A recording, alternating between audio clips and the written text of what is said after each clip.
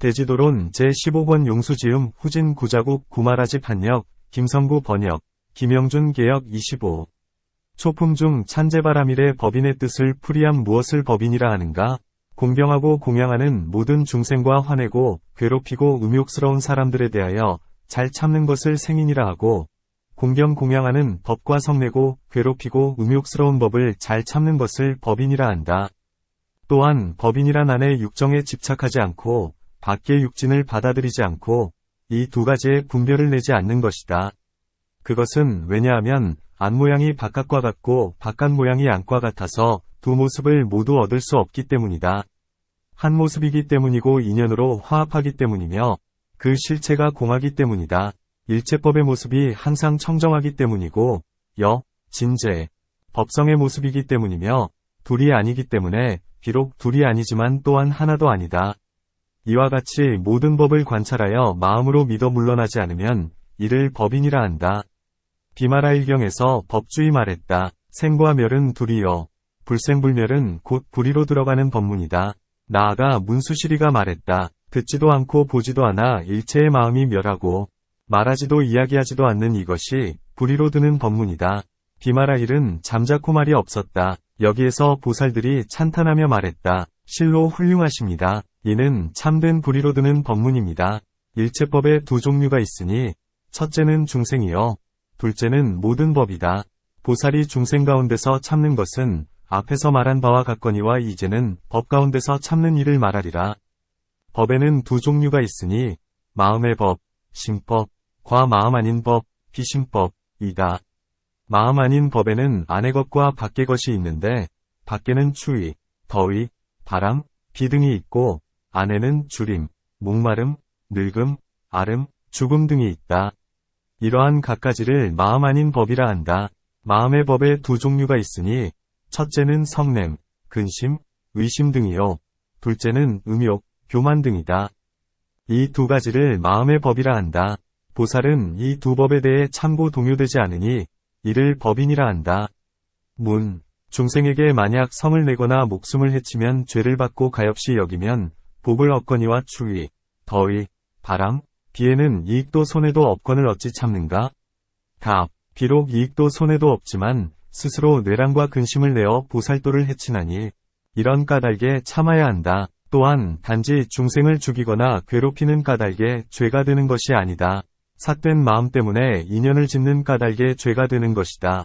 그것은 왜냐하면 비록 중생을 죽였더라도 무기의 마음이었다면 죄가 없기 때문이다. 중생을 사랑해주면 비록 준 것은 없더라도 큰 복을 얻는다. 비록 추위, 더위, 바람, 비가 이익이나 손해를 주지는 않더라도 능히 악의를 일으키기 때문에 죄를 받게 된다. 그러므로 참아야 한다. 또한 보살은 스스로 전생에 쌓은 죄의 인연에 의해 이 괴로운 곳에 태어났음을 안다. 이는 내가 스스로 지은 것이다. 그러므로 나는 마땅히 스스로 감수해야 하리라. 이와 같이 사유하며 그래서 능히 참는 것이다. 또한 보살은 이렇게 생각한다. 국토에는 두 종류가 있으니 깨끗한 곳과 더러운 곳이다. 만약 보살이 더러운 국토에 태어난다면 이러한 괴로움과 주림과 추위 등 온갖 고통을 받으면서 스스로 청정한 서원을 세워 내가 성불하거든 내 국토에는 이런 괴로움들이 없어지리다 고하리라. 이 국토가 비록 깨끗하지 않으나 나에게는 이익인 것이다. 또한 보살은 이렇게 생각한다. 세간의 8가지 법은 성현도 면치 못하는 바위권을 하물며 나이겠는가. 그러므로 마땅히 참아야 하리라. 또한 보살은 이렇게 생각한다. 이 인간의 몸은 견고함도 없고 강함도 없어서 늙음, 병듦, 죽음에 쫓김을 안다. 비록 하늘의 몸이 청정하여 늙음, 병듦이 없다 하더라도 하늘의 쾌락에 집착된다. 마치 취한 사람과 같으니 도와 복을 닫고 출가해 애욕을 여의지도 못한다. 그러므로 이 인간의 몸에서 스스로 참아서 복을 닫고 중생을 이롭게 해야 하리라. 또한 보살은 이렇게 생각한다. 내가 이 4대와 5중의 몸을 받았으니 응당 갖가지 괴로움이 있을 것이다. 몸을 받고서 괴롭지 않은 이가 없다. 부귀하거나 빈천하거나 혹은 집에 있거나 집을 떠났거나 어리석거나 지혜롭거나 밝거나 어둡거나 아무도 면할 자가 없다. 왜냐하면 부귀한 사람은 항상 두려움으로 재물을 지키나니 마치 살찐 염소는 일찌감치 도살장으로 끌려가는 것과 같으며 고기를 문 새를 못 새들이 좇는 것과도 같다. 빈천한 사람에게는 줄이고 추운 고통이 있다. 집을 떠난 사람은 금생의 괴로움이 있으나 후생의 복을 받아 도를 얻는다. 집에 머물러 있는 사람은 금생에 비록 즐거우나 후생의 괴로움을 받는다.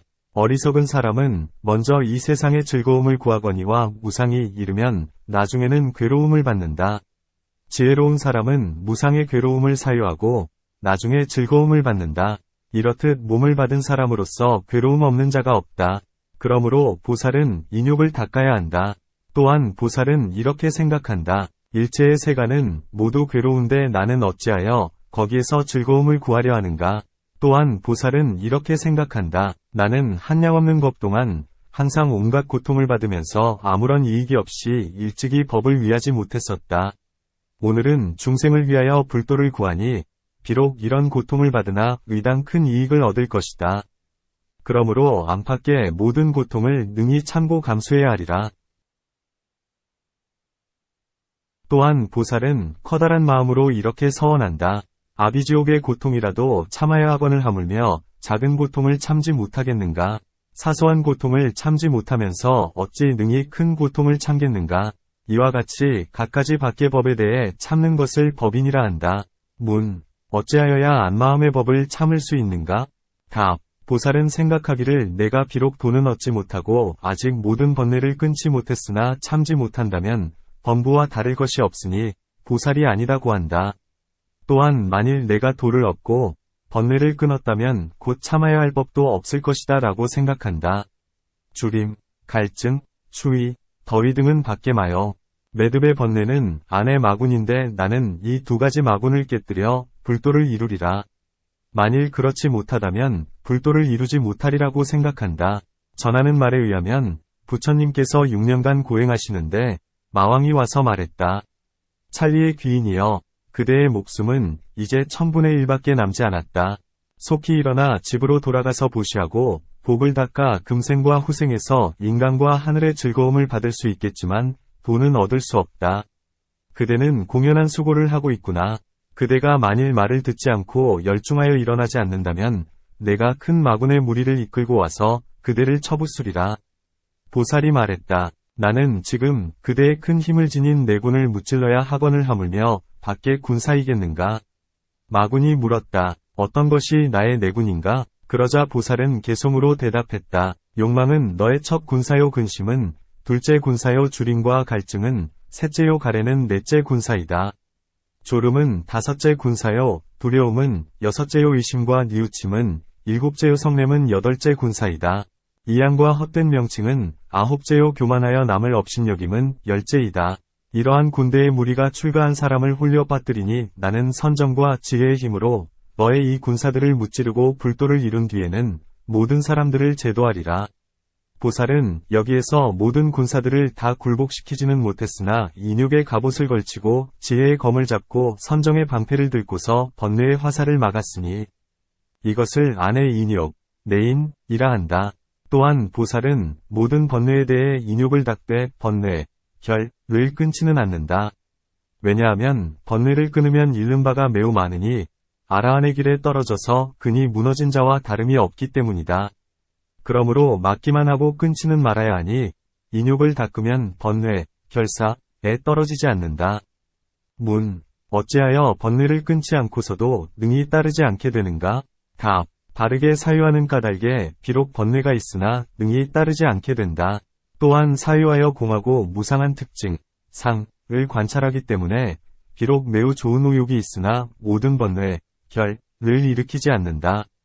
예컨대 어떤 구관계 대신이 자신의 죄를 숨기고 있는데도 아무도 알지 못하는 것과도 같다. 왕이 말했다. 기름기 없는 염소고기를 가져오라. 네가 만일 그것을 가져오지 못하면 너에게 벌을 내리리라. 대신은 지혜가 많았으므로 큰 염소 한 마리를 메어두고 풀과 곡식으로 잘 양육하는 한편 날마다 3차례씩 이리를 몰아다가 겁을 주었다. 염소는 비록 좋은 음식은 얻었으나 기름이 지지 않았다. 염소를 끌어다가 왕에게 바치니 왕은 사람을 시켜 잡았는데 과연 살은 쪘으나 기름기가 없었다. 왕이 물었다. 어찌하여 그렇게 되었느냐? 그러자 대신은 의의 사실로서 자세히 대답했다. 보살도 그와 같아서 무상함과 괴로움과 공함이란 이치를 봄으로써 모든 번뇌의 기름이 사라지고 공덕의 살이 찌는 것이다. 또한 보살의 공덕과 복된 과보가 한량이 없으므로 그 마음이 부드럽고 모든 번뇌의 매듭이 엷어져서 인육을 닫기가 쉽다. 비유하건대 사자왕이 숲속에서 포효하는데 어떤 사람이 보고 머리를 숙여 애걸하면 노아, 주거니와 범이나 이리는 그렇게 하지 못한다.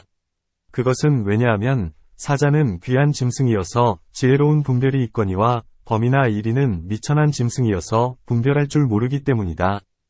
또한 무너진 곤대는 대장을 만나면 살 수 있거니와 졸병을 만나면 죽게 되는 것과 같다.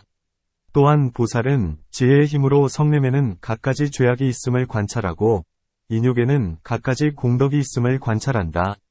그러므로 번뇌, 결사를 인내하는 것이다. 또한 보살은 마음의 지혜의 힘이 있으므로 능히 번뇌의 매듭을 끊을 수 있으나 중생을 위하기 때문에 오랫동안 세상에 머무르되 번뇌, 결사가 곧 도적임을 안다. 그러므로 인내할 뿐 따르지 않는다. 보살은 이 매듭에 도적을 결박하여 풀려나지 못하게 하고서 공덕을 행하나니 비유하건대 도적일지라도 인연 때문에 죽이지 않고 한 곳에 가두어 놓고 스스로는 사업을 닦는 것과 같다. 또한 보살은 실로 모든 법의 모습을 알기 때문에 모든 번뇌를 삿되다 하지 않으며 공덕을 미화다 하지도 않는다. 그러므로 번뇌에 대하여 성내지도 않고 공덕에 대하여 애착하지도 않는다. 이러한 지혜의 힘 때문에 인욕을 닦나니 개송에서 말하는 바와 같다. 보살은 모든 불선을 끊어 버리어 아주 적은 티끌도 남기지 않나니 큰 공덕의 복은 한량이 없고 이루는 사업에 이루지 못함이 없다. 보살은 큰 지혜의 힘 때문에 모든 번뇌의 매듭에 시달리지 않나니 그러므로 모든 법의 모습을 알고 생사와 열반이 하나여 둘이 아님을 안다.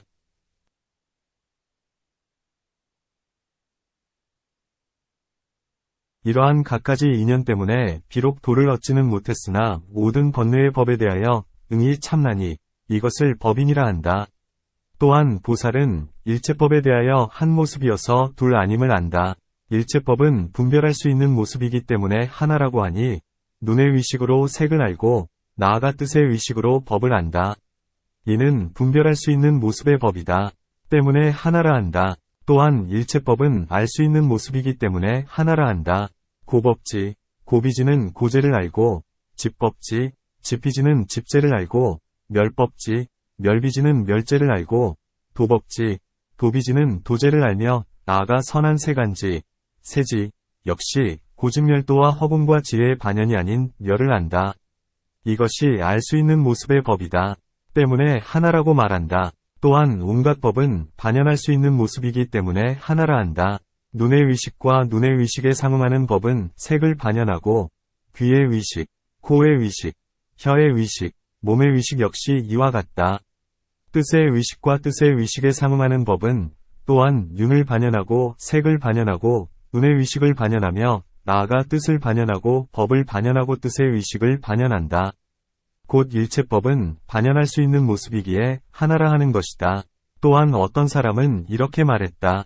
일체법은 각기 하나이다. 하나에 다시 하나가 있는 것을 둘이라 하고 셋으로 된 하나를 셋이라 한다. 마찬가지로 천만에 이르기까지가 모두 하나이것만 거짓으로 천만이라 하는 것이다. 또한 일체법 가운데에는 모습이 있으므로 하나라 하고 한 모습이기에 하나라 한다. 일체의 사물을 일컬어 법이라 하는데 법의 모습이기 때문에 하나라 한다. 이와 같이 한량없는 하나의 법문, 문으로 차별된 모습을 깨뜨리고 하나에도 집착하지 않는 것을 법인이라 한다. 또한 보살은 일체법을 관찰해 둘로 본다. 무엇이 둘인가? 둘이란 안팎의 모습을 말한다. 안팎의 모습이기 때문에 안은 밖의 모습이 아니요 밖은 안의 모습이 아니다. 또한 일체법은 유무의 모습이기 때문에 둘이 된다. 공함과 공하지 않음, 항상함과 항상하지 않음, 나와 나 아님, 색과 색 아님, 볼 수 있음과 볼 수 없음, 대할 수 있음과 대할 수 없음, 유루와 무루, 유의와 무의, 마음의 법과 마음 아닌 법, 마음에 속하는 법과 마음에 속하지 않는 법, 마음에 응하는 법과 마음에 응하지 않는 법 등이다.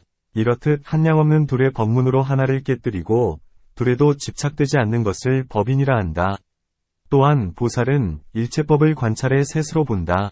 어떤 것이 셋인가? 아래, 중간, 의와 선함, 불선함, 무기와 유, 무, 비유비무와 견제단, 사유단, 무당과 유학, 무학, 비학비무학과 과보, 과보 있음. 과보도 아니고 과보가 있지도 않음 등 이렇듯 한량없는 셋의 법문으로 하나를 깨뜨리고 차별에도 집착되지 않는 것을 법인이라 한다. 또한 보살은 비록 무루의 도를 얻지 못하고 결사를 다 끊지 못하였더라도 능히 무루의 성스러운 법과 세 가지 법인을 안하니 첫째는 온갖 유의의 생법은 무상하다는 등의 법인이요. 둘째는 일체법은 무아라는 법인이요. 셋째는 열반은 진실한 법이라는 법인이다. 득도한 성현들은 스스로 얻고 스스로 안다. 보살은 비록 도는 얻지 못하였더라도 능히 믿고 수긍하나니 이를 법인이라 한다. 또한 십산안에 대하여 대답하지 못하는 법 가운데서 항상함과 무상함 등의 장애 없이 중도를 잃지 않음을 관찰하고 이 법을 능히 참는다면 이것을 법인이라 한다. 어떤 비구가 이 십산안에 대하여 생각하고 관찰하여도 통달하지 못하자 참을 수 없는 마음이 생기어 위발을 들고 부처님께로 가서 말씀드렸다. 부처님이시여, 저를 위해 십산안을 해명해 주시어 저로 하여금 이해하게 한다면 마땅히 제자가 되겠습니다만 만약에 해명해 주지 못한다면 나는 다른 길을 찾겠습니다. 부처님께서 말씀하셨다. 그대의 어리석은 사람아, 네가 본래 나와 맹세하기를 이 십산안에 대답해주면 내 제자가 되겠다 하였느냐? 비구가 대답했다. 아니옵니다. 부처님께서 다시 말씀하셨다. 그대는 어리석은 사람이구나. 지금 어째서 말하기를 내게 대답해주지 못하면 제자가 되지 않겠다 하느냐? 나는 늙고 병들고 죽는 사람을 위해 법을 설해주어 제도하거늘 이 14가지 질문은 다투는 법이다. 법에 대해 이익이 없고 오직 희론일 뿐이다. 물어서 무엇하리요? 만일 내게 대답해주더라도 그대는 요달하지 못하니라. 죽을 때까지 알지 못한 채 생로병사를 벗어나지는 못할 것이다. 비유하건대 마치 어떤 독화살을 맞은 사람의 경우와 같으니라. 곧 친척들이 의원을 불러 화살을 뽑고 약을 바르려고 했지만 그가 말하기를 화살을 뽑아서는 안 된다. 나는 먼저 그대의 성명과 부모와 나이를 알아야 되겠고 다음은 화살이 어느 산의 어떤 나무, 어떤 기시며 활촉은 누가 만들었으며 어떤 쇠인가를 알아야겠다. 또한 활은 어느 산의 나무이며 어떤 짐승의 뿔인가를 알아야 되겠다. 또한 약은 어디서 난 것이며 그 이름은 무엇인지를 알아야 되겠다. 이러한 갖가지 일을 모두 안 뒤에야 그대가 화살을 뽑고 약을 바르게 하겠다 했느니라. 부처님께서 다시 비구에게 물으셨다. 이 사람이 이런 일을 다 안 뒤에 화살을 뽑아야 되겠는가? 비구가 대답했다. 다 알 수가 없습니다. 만일 다 알기를 기다린다면 그는 이미 죽은 뒤가 될 것입니다. 부처님께서 말씀하셨다. 그대 역시 이와 같으니라. 삿된 소견의 화살에 애욕의 독약이 발라진 채 이미 내 마음 깊숙이 박혔기에 너는 이 화살을 뽑기 위해 내 제자가 되었다. 그렇거늘 화살은 뽑으려 하지 않고 도리어 세상이 항상함과 무상함, 끝있음과 끝없음 등을 구하려 한다. 그것을 구해도 얻지 못한 채 해명을 잃고 축생과 마찬가지로 죽어서는 스스로가 어둠으로 뛰어들고자 하는구나. 비구는 부끄러이 여기면서 부처님의 말씀을 똑똑히 이해하고는 아라한의 도를 얻었다. 또한 보살이 일체를 아는 자, 일절지인가 되고자 한다면 마땅히 일체법을 추구하여 그 참 모습을 알아야 한다. 14가지 질문에 대하여 막히지도 않고 장애받지 않으며 이것은 곧 이 마음의 중한 병이 됨을 바로 알아 능히 벗어나고 능히 참는다면 이것을 법인이라 한다. 또한 불법은 심이 깊고 청정미묘하거늘 갖가지 한량없는 법문을 잘 펴내어 한결같은 마음으로 믿어 받들어 의심도 후회도 없으면 이를 법인이라 한다.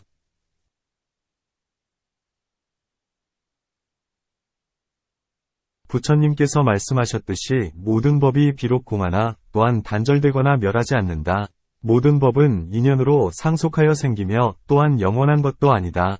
비록 모든 법의 주제자, 신가 없으나 죄와 복을 잃지도 않는다. 잠깐 사이에 몸의 모든 법과 모든 감관과 모든 지혜가 전멸하여 멈추지 않으니 뒷생각으로 이어지지 않은 채 새록새록 생멸하나 역시 한량없는 세상 가운데 인연의 업을 잃지도 않는다. 원, 중, 처, 계하는 모두 공하여 주제자가 없으나 중생들은 오도 가운데 윤전하면서 생사를 받는다. 이렇듯 갖가지 심이 깊고 미묘한 법에 대해 아직 불도를 얻지는 못했으나 응이 믿고 받들어 의심치 않고 후회하지 않는다면 이것이 법인이다. 또한 아라한이나 벽지불은 생사를 두려워하고 싫어하여 빨리 열반에 들고자 한다.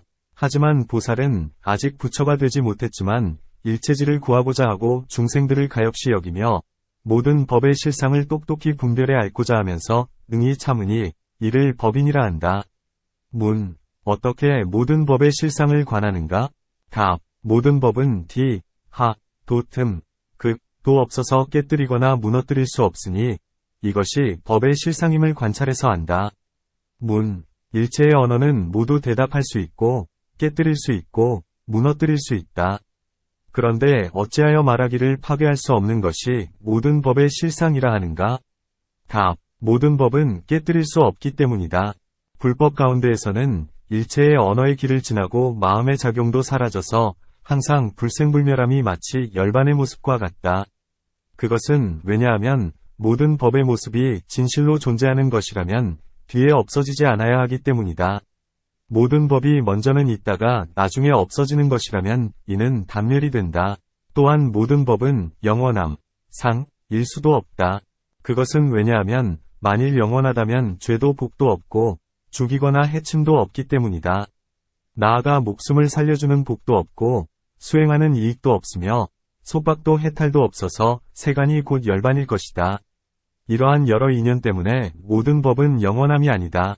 만일 모든 법이 무상하다면 이는 단멸이 되나니 또한 죄도 복도 없고 이익도 손해도 없고 공덕과 업도 없으며 인연과 과보도 이를 것이다. 이러한 갖가지 인연 때문에 모든 법은 무상함도 아니다. 문. 그대가 말하기를 불법에서는 항상하다 하여도 진실이 아니요 무상하다 하여도 진실이 아니다 하는데 이는 옳지 못하다. 그것은 왜냐하면 불법 가운데에서는 항상함 역시 진실이요 무상함 역시 진실이기 때문이다. 항상함이란 수연진, 비수연진, 과허공인데 나지도 머물지도 멸하지도 않는 까닭에 항상한 모습이라 한다. 무상의 모습이란 오중이 나고 머물고 사라지는 까닭에 덧없는 모습이라 하는 것이다. 그런데 그대는 어찌하여 항상함과 무상함이 모두 진실치 않다 하는가? 답. 성인은 두 가지 말씀이 있으니 첫째는 방편의 말씀이요 둘째는 고전 말씀이다. 방편의 말씀이라 함은 사람을 위하는 인연이 되기 때문이다. 사람을 위한다 함은 중생들을 위하여 이는 항상함이다. 이는 무상함이다라고 말해주는 것이니 대치실단에서 말한 것과 같다. 만일 무상이라 말할 때에는 중생들이 삼계에서 쾌락에 집착함을 뽑아주고자 부처님께서도 생각하시기를 어찌하여야 중생들로 하여금 애욕에서 벗어나게 할 수 있을까 하셨다. 그러므로 다음의 개송과 같은 무상의 가르침을 말씀하신 것이다. 만약 무생의 법을 관한다면 생법을 여일 수 있고 무의의 법을 관하면 유의를 여일 수 있다. 어찌하여 생생을 인연화합이라 하는가? 곧 무상하고 자제하지 못하고 인연에 속하며 노병사의 모습, 속이는 모습, 파괴하는 모습이 있으면 이를 생생이라 한다. 이는 곧 유의법이니 대치실단에서 설한 바와 같다. 항상함과 무상함은 진실한 모습이 아니니 두 가지 모두에 허물이 있기 때문이다. 만약 모든 법이 항상함도 아니요 무상함도 아니라 한다면 이는 우치한 논리이다. 그것은 왜냐하면 만일 있음이 아니라고 한다면 없음이 무너지고 없음이 아니라고 한다면 있음이 무너지기 때문이다. 이 두 가지가 무너진다면 다시 무슨 법을 얘기할 수 있겠는가? 문. 불법은 항상 공한 모습 가운데에서는 유도 아니고 무도 아니다. 공은 유를 제함으로써 공이 되고 공은 무를 막으니 이것을 비유, 비무라고 한다. 그런데 어찌하여 우치한 주장이라 하는가? 답. 불법의 진실한 모습은 받아들이지도 않고 집착하지도 않는 것이거늘 그대가 주장하는 비유, 비무는 받아들여 집착하는 까닭의 우치한 논리가 되는 것이다. 만일 비유, 비무라고 말한다면 이는 곧 말할 수도 있고 깨뜨릴 수도 있다. 이는 곧 마음이 생기는 곳이며 투쟁이 일어나는 곳이다. 하지만 불법은 그렇지 않다. 비록 인연에 의하여 비유, 비무라고 하거거니와 집착을 내지 말아야 한다. 집착을 내지 않는다면 곧 무너뜨릴 수 없고 깨뜨릴 수 없다. 모든 법이 끝이 있거나 끝이 없거나 있으되 끝이 없거나 있지 않되 끝이 없거나 죽은 뒤에 갈 곳이 있거나 죽은 뒤에 갈 곳이 없거나 죽은 뒤에 갈 곳이 있기도 하고 없기도 하거나 죽은 뒤에 갈 곳이 있지도 않고 없지도 않다거나 이 몸이 곧 정신이라거나 몸과 정신은 다르다고 하는 것도 그와 같아서 모두 진실치 않다. 62가지 소견, 62견 가운데서 모든 법을 관찰하건대 이 역시 진실치 못하다. 이렇듯 모든 것을 제해버리고 불법에 청정하고 무너지지 않는 모습을 믿으며 마음으로 후회하거나 동요되지 않는다면 이것을 법인이라 한다. 또한 유무의 두 변으로 모든 법에 나는 때와 머무는 때를 관찰하면 유견의 모습이요. 모든 법에 늙을 때와 무너지는 때를 관찰하면 무견의 모습이다. 3계의 중생은 흔히 이 두 가지 소견의 모습에 집착되니 이 두 가지 법은 거짓되고 진실치 않다. 만일 실로 존재하는 모습이라면 없어지지 않아야 한다. 그것은 왜냐하면 지금은 없으나 먼저부터 있었다면 단견, 단에 떨어지게 되기 때문이다. 만약에 단절된다고 한다면 이는 옳지 못하다. 또한 일체법은 이름이 화합하였기 때문에 그것을 일컬어 유라고 한다. 그러므로 이름이 화합하여 생긴 법은 얻을 수 없는 것이다. 비록 이름에 의해 생긴 법을 얻을 수는 없으나 이름의 화합은 있지 않는가? 답. 만일 법이 없다면 이름이 누구를 위해 화합하리요? 그렇다면 이름이 없는 것이다. 또한 모든 법이 실제로 있는 것이라면 심식 때문에 알려지는 것이 아니어야 할 것이다. 만일 심식 때문에 존재, 유를 알게 된다면 이것은 있는 것이 아니다. 마치 땅의 굳은 모습은 몸과 감관으로서 몸의 의식이 알기 때문에 존재하듯이 만일 몸의 감관이 없이 몸의 인식만이 안다면 곧 굳은 모습도 없을 것이다. 몸의 감관과 몸의 의식이 알건 알지 못하건 간에 땅은 항상 굳은 모습이 아닌가? 답. 먼저부터 굳은 모습이 있음을 스스로 알았거나 혹은 남에게 들음으로써 굳은 모습이 있음을 아는 것이다. 먼저부터 알지도 못하고 듣지도 못했더라면 굳은 모습은 없을 것이다. 또한 땅이 만일 항상 굳은 모습이라면 그 모습을 버리지 말아야 한다. 마치 응고된 연유, 굴, 악연은 녹으면 그 굳은 모습을 버리고 액체, 습상, 가되는 것과 같다. 금, 은, 구리, 무쇠 등도 그러하다. 물은 액체이지만 추우면 도리어 굳어진다. 이러한 갖가지는 모두가 모습을 버린다. 또한 여러 논사들은 유를 무로 만들기도 하고 물을 유로 만들기도 한다. 여러 현성들이나 좌선하는 사람들은 능히 땅을 물로 만들기도 하고 물을 땅으로 만들기도 한다. 이와 같이 모든 법은 바뀌니 10가지 일체입 가운데 설한 바와 같다.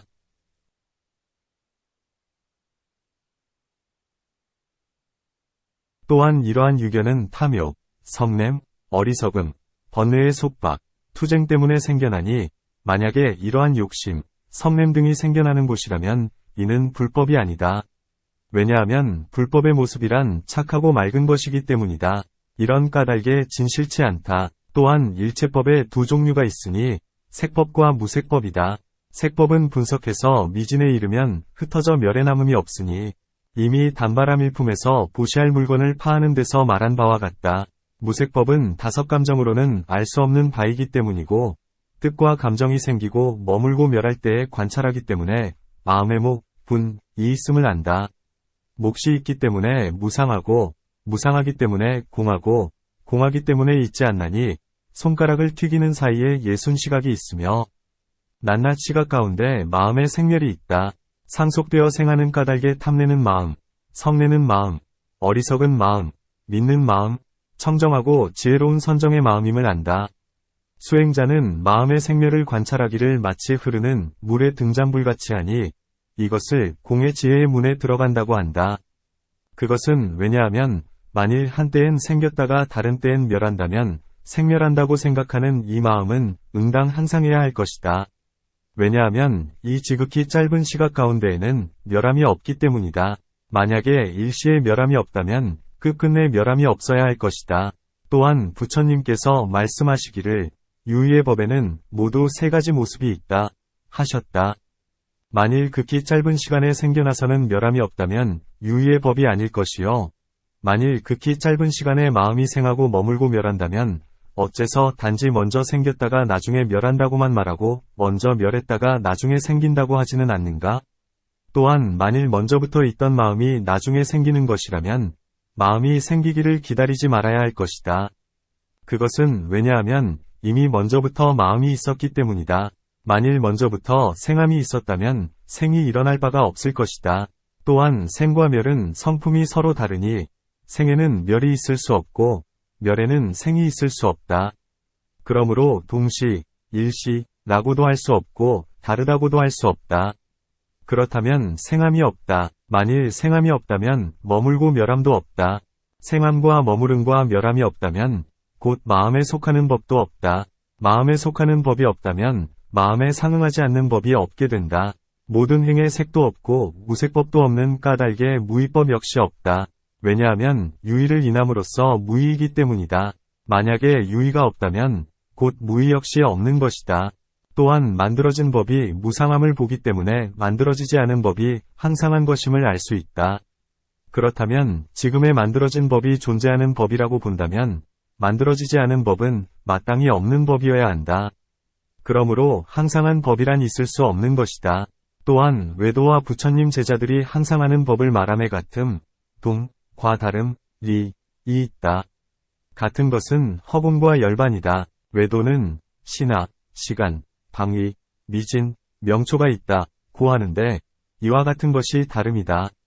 또한 불제자들이 말하기를 비수연지는 항상하다 하고 다시 말하기를 인연을 멸하는 법이 항상하며 연연으로 생한 법은 무상하다 한다. 마하연에서는 항상한 법은 법의 성품, 진여, 여, 진재이니 이 같은 갖가지를 일컬어 항상한 법은 허공과 열반이라고 한다. 앞에 참보살품에서 말한 바와 같다. 신화, 시간, 방위, 미진 역시 앞에서 얘기한 바와 같다. 그러므로 모든 법이 있다고 말할 수 없다. 만일 모든 법이 없다고 한다면 두 가지가 있으니 첫째는 항상함이 없음이요. 둘째는 단멸인 까닭에 무가 되는 것이다. 만일 먼저는 있다가 지금은 없거나 지금은 있다가 나중에는 없어진다면 이는 단멸이니 그렇다면 인연이 없는 것이다. 인연이 없다면 한 물건에서 온갖 물건이 나와야 되며 또한 온갖 물건에서 아무것도 나오지 않기도 하여야 한다. 미래의 세계에 대해서도 그와 같아서 만일 죄와 복의 인연을 끊는다면 곧 빈부귀천의 차이 및 악도 축생에 떨어지는 일도 없어야 한다. 만일 항상함이 없다면 고집멸도도 없어야 한다. 만약에 이 사제가 없으면 법보도 없을 것이요. 8가지 현성의 길도 없을 것이다. 또한 법보와 승보가 없으면 불보도 없을 것이니 그렇다면 삼보가 깨어질 것이다. 또한 일체법이 실로 공하다면 죄와 복도 없을 것이며 부모도 없고 세상에 예법도 없고 선악도 없을 것이다. 그렇다면 선과 악이 같은 종류이며 옳고 그름이 한 꾸러미이어서 모든 물건이 다 없어져서 마치 꿈속에 보는 것과 같으리라. 만일 실로 없다고 말한다면 이 같은 과실이 있게 되니 이러한 말을 누가 믿으랴. 만일 전도된 까닭에 있다고 본다고 한다면 어찌하여 한 사람을 볼 때에 두세 사람을 보지 않는가? 그것이 실제에는 없는 것이나 전도되어 보기 때문이다. 만일 이러한 유무의 견해에 떨어지지 않는다면 중도의 실상을 얻는다. 어찌 실상인 줄 아는가? 과거의 항하의 모래수같이 많은 부처님들과 보살들이 알고 말씀하신 바, 미래의 항하의 모래수같이 많은 부처님들과 보살들이 알고 말씀하실 바, 현재의 항하의 모래수같이 많은 부처님들과 보살들이 알고 말씀하고 계신 바와 같다. 믿음이 크기 때문에 의심치 않고 후회하지 않으며 믿음이 크기 때문에 능히 지니고 능히 받으니 이를 법인이라 한다. 또한 선정의 힘으로 마음이 부드럽고 청정해지면 모든 법의 실상을 듣고는 마음에 개합되고 깊이 믿어 의심 없고 후회가 없다.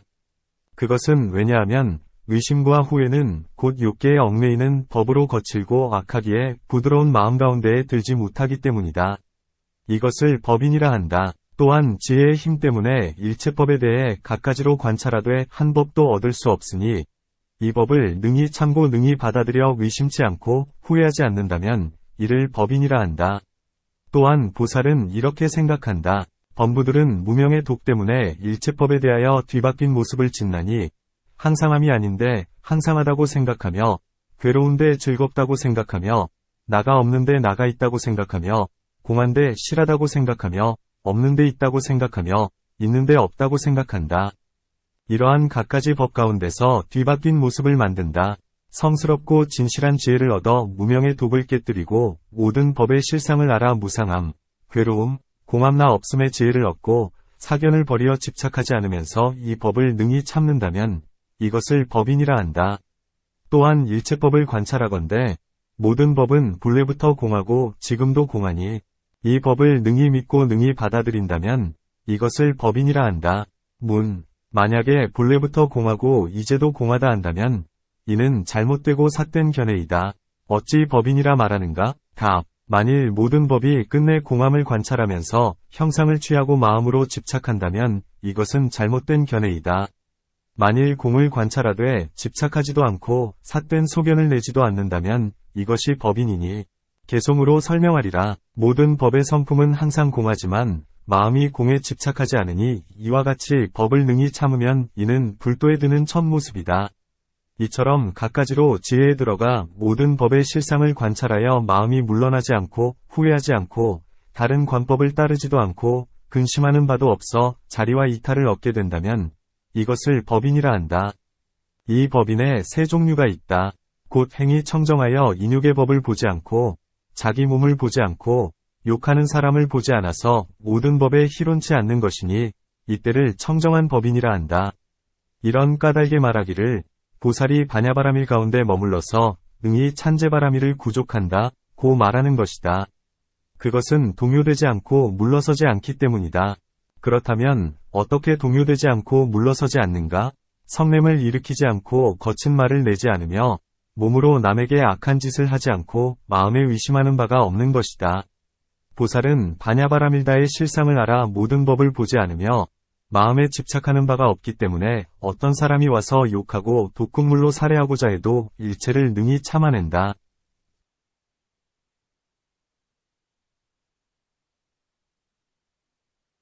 그러므로 말하기를 반야바라밀다에 머물러서 찬제바라밀을 구족한다 고한 것이다.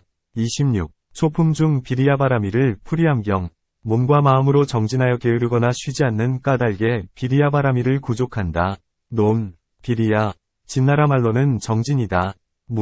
정진이 모든 착한 법의 근본이 되니 응당 첫머리에 두어야 되거늘 지금은 어찌하여 넷째 자리에 있는가?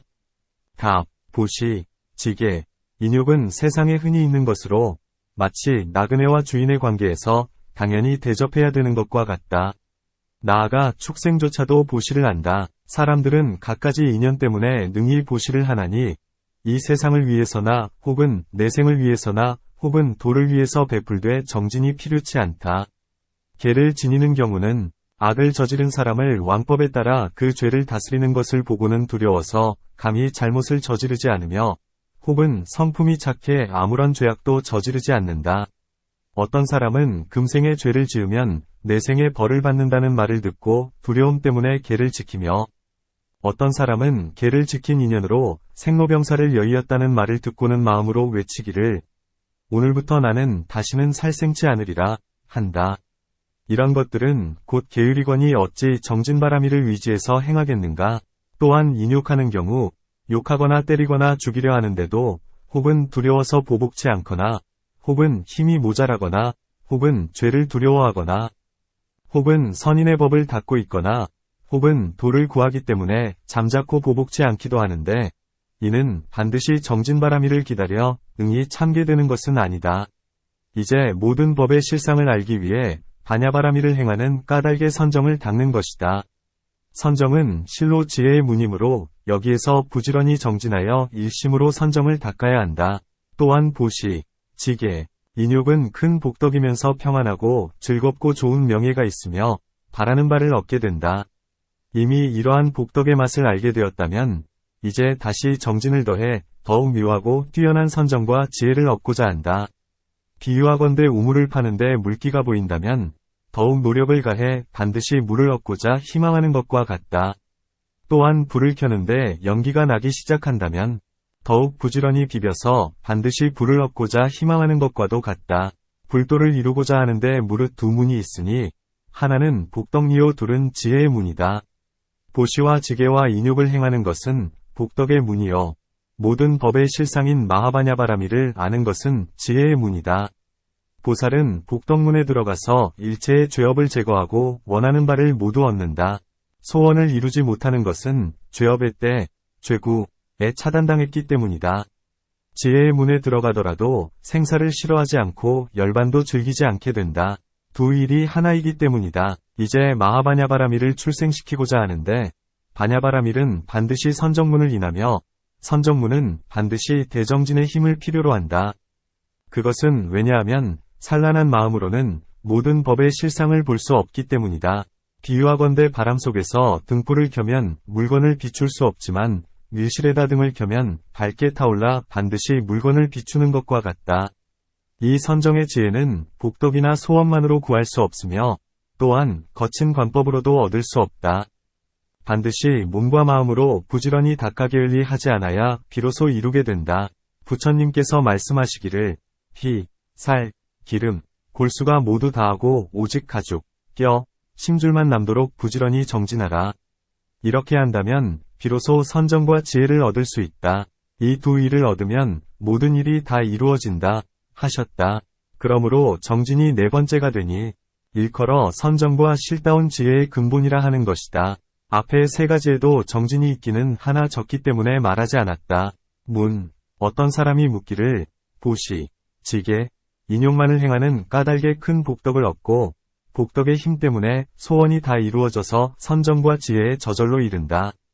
그런데 어찌 다시 정진바라밀을 필요로 하는가?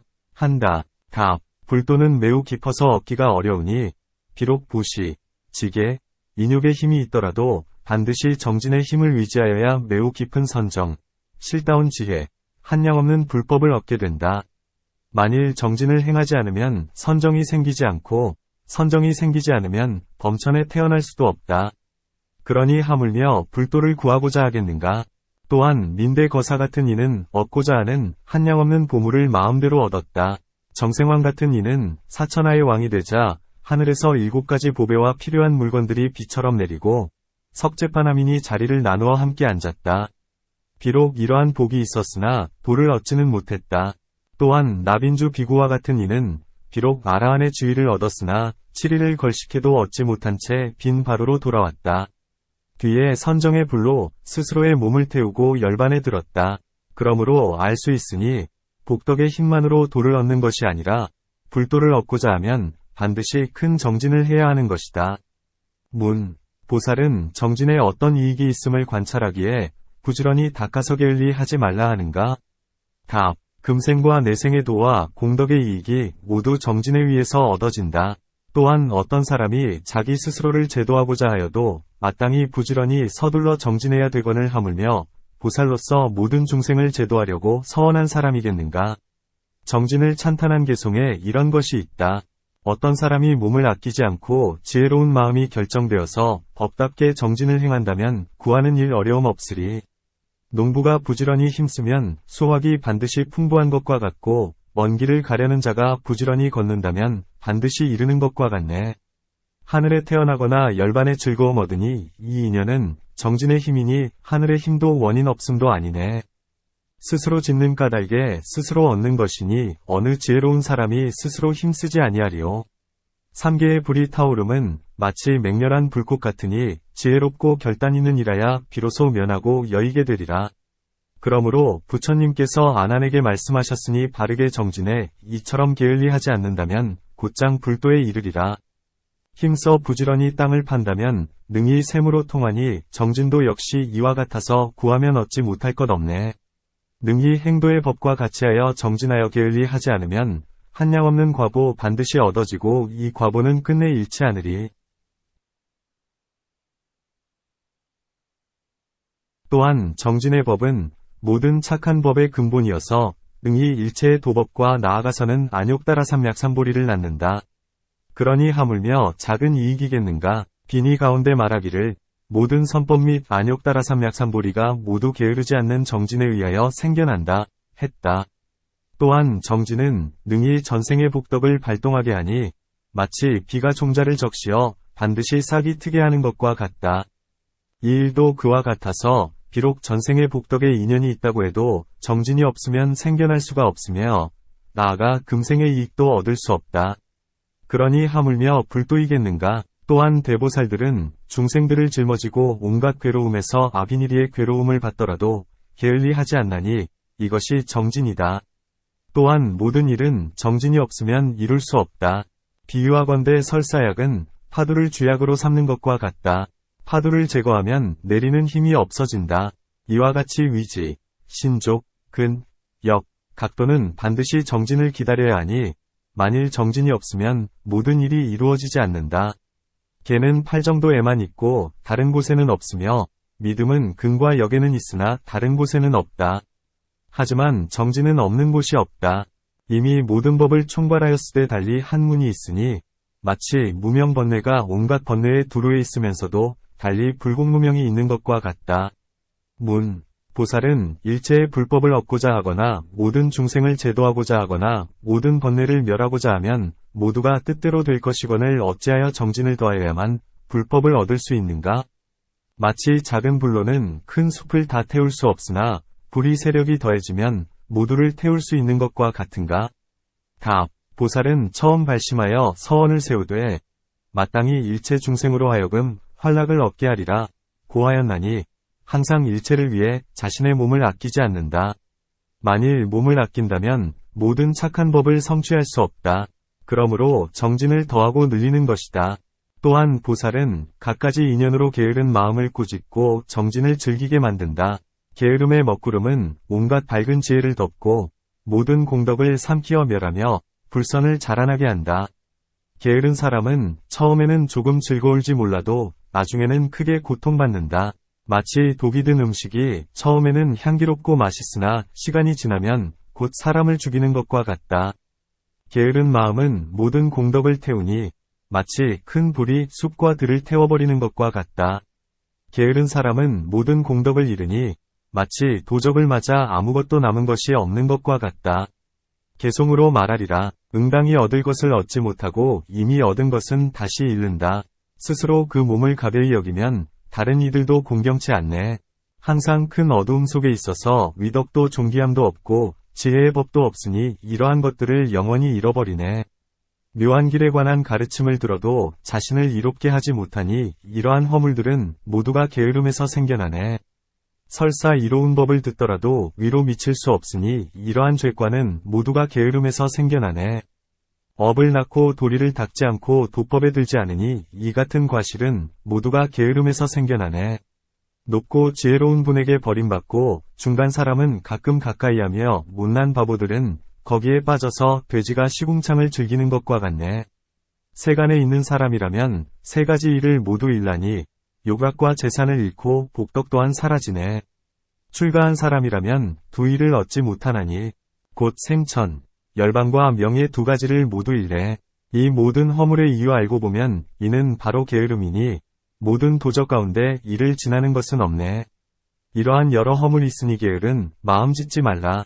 마정 등의 두 비구는 게으름 때문에 악도에 떨어졌으니 부처님을 뵙고 법을 들었으나 또한 스스로 면하지 못했네. 이렇게 갖가지로 게으름의 허물을 관찰하고는 정진을 증장시킨다.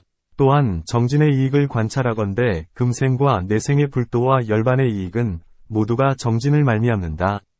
또한 보살은 모든 법이 다 공에서 아무것도 없음을 알지만 열반을 증득하지 않고 중생을 가엾이 여기어 온갖 착한 법을 모으나니 이것이 정진바라밀의 힘이다.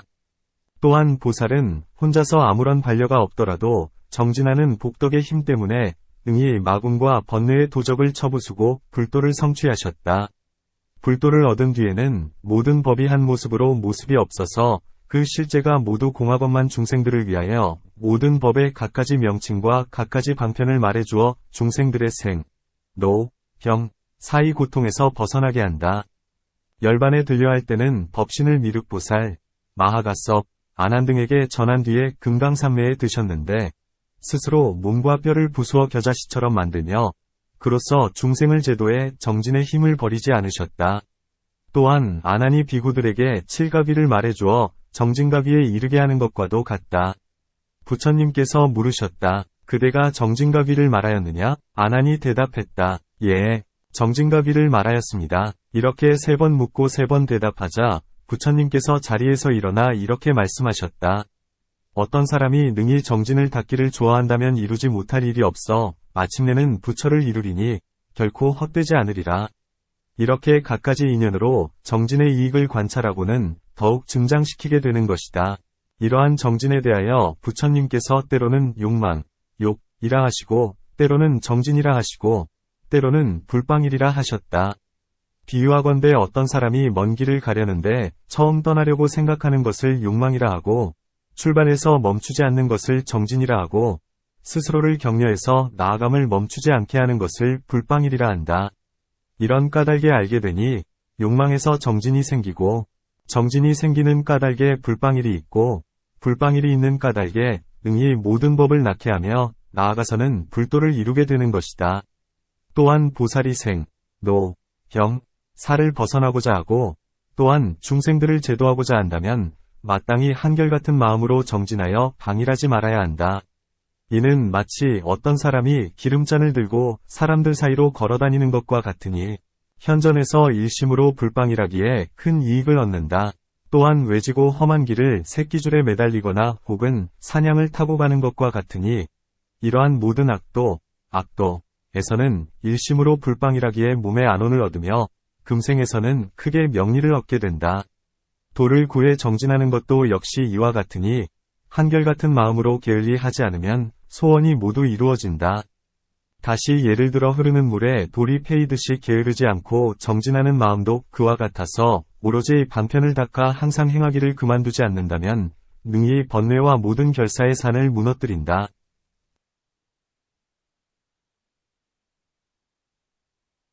또한 보살은 세 가지 생각을 한다. 내가 하지 않으면 과보를 얻지 못한다. 내가 스스로 하지 않으면 다른 곳에서 오지 않는다. 내가 하면 끝내 잃지는 않는다. 이렇게 생각하고는 반드시 정진을 닦나니 불도를 위하는 까닭에 부지런히 닦아 게을리 하지 않는다. 어떤 이가 조그마한 아라냐에서 혼자 좌선을 하다가 게으름을 일으켰다. 숲속에 신이 있었는데 그는 부처님의 제자였다. 어떤 시체의 뼈 속에 들어가서 노래하고 춤추며 와서는 이런 개송을 읊었다. 숲속의 작은 비구야, 어째서 게으름을 부리느냐. 낮에 왔을 때 두려워하지 않으면 밤에도 이렇게 오리라. 이 비구가 깜짝 놀라서 일어나 앉아 생각하다가 밤중에 다시 잠에 떨어졌다. 그 신이 다시 나타났는데 머리는 열이여 입에서 불이 나오고 어금니와 손톱은 칼 같고 눈은 붉은 불꽃 같았다. 졸개들을 돌아보면서 말했다. 이 게으른 비구를 잡아라. 여기는 게으름을 부릴 곳이 아닌데 어째서 그러느냐. 이때 비구가 크게 놀라며 생각했다. 전일하게 법을 생각하여 아라한의 도를 얻었으니 이것을 일컬어 스스로 정진하여 불방일의 힘을 기른다면 능히 독과를 얻는다고 하는 것이다. 또한 이 정진은 스스로의 몸을 아끼는 것이 아니라 과보를 아끼는 것이다. 몸의 네 가지 위에 곧 다니고 앉고 멈추고 누움에 있어서 항상 부지런히 정진하며 차라리 스스로가 몸을 잃을지언정 도업은 그치게 하지 않는다. 마치 불을 끄기 위해 법에 물을 던져 넣는 것은 마음이 오직 불을 끄는 데 있을 뿐 법을 아끼지 않는 것과 같다. 어떤 선인이 제자를 가르치기 위해 이런 개송을 읊었다. 결정된 마음 거뜬하면 대과보를 얻은 듯하니 원하는 일이 이루어진 뒤에야 이것이 가장 묘한 줄을 안다. 이와 같이 갖가지 인연으로 정진의 이익을 관찰해 능히 정진을 늘리고 더해야 한다.